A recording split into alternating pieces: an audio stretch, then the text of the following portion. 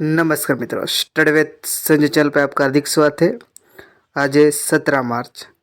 17 मार्च के जो भी important current affair related question बन सकते इसके बारे में जानेंगे। तो शुरू करते हैं। ये है पहला क्वेश्चन। हर साल विश्व किडनी दिवस किस दिन मनाया जाता है? तो हर साल विश्व किडनी दिवस है वो मार्च के दूसरे गुरुवार को मनाया जाता है, मतलब मार्च के दूसरे बृहस्पति के वार को मनाया जाता है। एक विश्व किडनी दिवस मनाने का उद्देश्य है कि किडनी के बारे में जागरूकता बढ़े और किडनी के हेल्थ को बढ़ावा देने के लिए इसको मनाया जाता है। तो अब 2024 में इसकी थीम रखी गई है kidney health for all, advancing equitable access to care and optimal medicine practice. तो अब जानते हैं मार्च के इम्पोर्टेंट डे के बारे में। 1 मार्च को मनाया जाता है शून्य भेदभाव दिवस। इसकी थीम है to protect everyone's health, protect everyone's right. और 1 मार्च को मनाया जाता है विश्व नागरिक सुरक्षा दिवस। इसकी थीम है honour heroes and promote safety skills. 3 मार्च को मनाया जाता है विश्व वन्य जीव दिवस। इसकी थीम है connecting people and planet, exploring digital innovation in wild life conservation. 3 मार्च को मनाया जाता है विश्व श्रवण दिवस। इसकी थीम है changing mindsets, let's make year and here care a reality for all.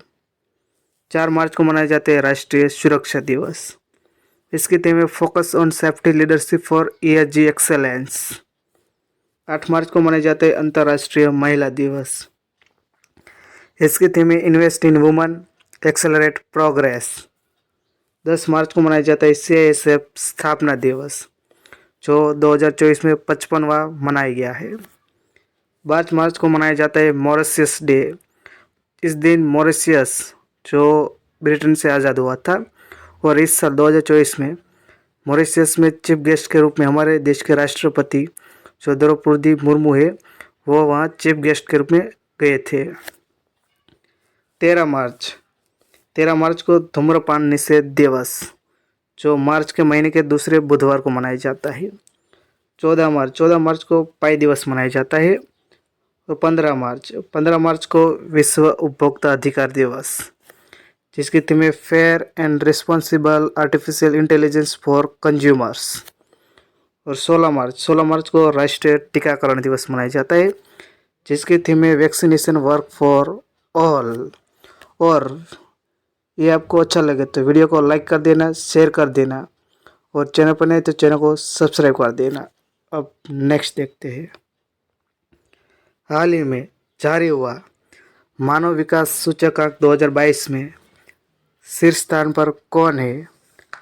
तो हाल ही में जारी हुआ ह्यूमन डेवलपमेंट इंडेक्स 2022 में सबसे पहले रैंक पे वो स्विट्ज़रलैंड है, और दूसरे रैंक पे वो नॉर्वे है, तीसरे स्थान पे वो आइसलैंड है, और चौथे स्थान पे वो हांगकांग है। और हमारा इंडिया है वो 134वें स्थान पे है, जो 2022 का डेटा है। और 2021 में था वो 135वें स्थान पे था, जो एक पायदान सुधर के 134 पे आ गया है।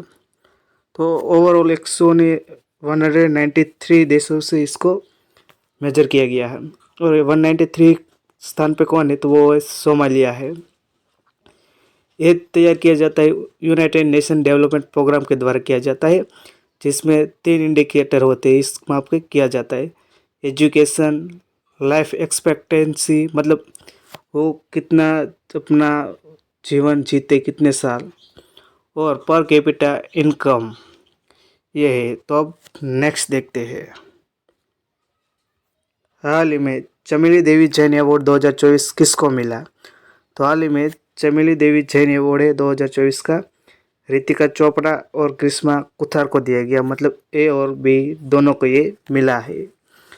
ये पुरस्कार है वो उत्कृष्ट महिला मीडिया पर्सन को दिया जाता है, जो पत्रकारिता क्षेत्र में दिया जाता है। ये मीडिया फाउंडेशन को द्वारा दिया जाता है। इसकी शुरुआत हुई थी 1981 में दिया था। जिसके सबसे पहले मिला था वो नीरजा चौधरी को मिला था। तो अब नेक्स्ट देखते हैं। ये है दोनों पर्सन रितिका चोपड़ा और क्रिश्मा कुथार। आप दोनों फोटो देख सकते हो। हाल ही में पोपोकेटेपेटल ज्वालामुखी समाचार में है, वह किस देश में स्थित है? तो हाल में पोपोकेटेपेटल ज्वालामुखी हाल में इरप्शन हुआ है, मतलब वो उद्गार हुआ है, तो वो है मेक्सिको में स्थित है। तो मेक्सिको में है वो पोपोकेटेपेटल ज्वालामुखी एक एक्टिव वोल्केनो, मतलब सक्रिय वोल्केनो है। तो अब मेक्सिको बारे में जान लेते हैं। ये मेक्सिको का मैप। मेक्सिको की राजधानी है मेक्सिको सिटी और वहाँ की करेंसी है वो मेक्सिको पेसो है और वहाँ की ऑफिशियल लैंग्वेज वो स्पेनिश है, क्योंकि वो स्पेन से आज़ाद हुआ था। और वहाँ के प्रेसिडेंट है वो एंडेज मैनुअल लापेज ओब्राडोर है। ये मेक्सिको, जो सबसे बड़ी गल्फ की खाड़ी बोली जाती है, वो गल्फ ऑफ मेक्सिको।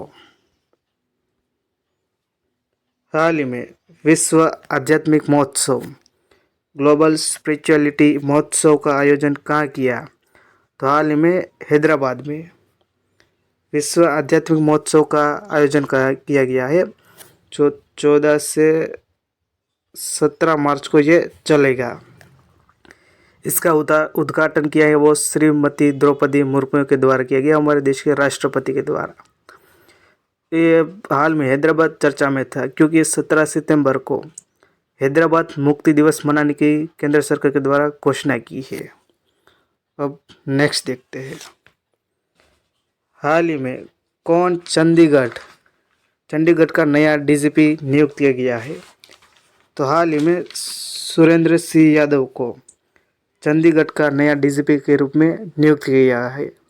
तो हाल में कौन सा नियुक्ति हाल में हुई? तो CBSE central board of secondary education के अध्यक्ष के रूप में राहुल सिंह को नियुक्त किया गया है और वह पहले थे नीतीश सिबर वो नीति आयोग में सलाहकार रूप में नियुक्त किया गया है।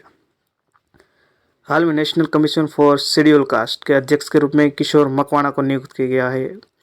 वर्ल्ड गोल्ड काउंसिल ने इंडिया के लिए इसके हेड या सीईओ के रूप में सचिन जैन को नियुक्त किया गया है। और हाल ही में इलेक्शन कमिश्नर बने वो ज्ञानेश कुमार और सुखबीर सिंह संधू को बनाया गया है।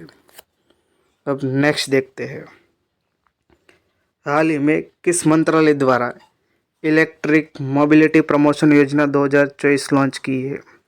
तो हाल ही में भारी उद्योग मंत्रालय द्वारा इलेक्ट्रिक मोबिलिटी प्रमोशन योजना 2024 लॉन्च की है कि इस स्कीम में के तहत इलेक्ट्रिक 2 व्हीलर और 3 व्हीलर वाहनों को खरीदारी को बढ़ावा दिया जाएगा, जिसके लिए 500 करोड़ रुपए के लिए आवंटन किया गया, मतलब 500 रुपये करोड़ इस योजना के लिए दिए गए हैं, जो 1 अप्रैल से 2024 से 31 जुलाई 2024 तक ये योजना में के लिए आप एलिजिबल रहेंगे।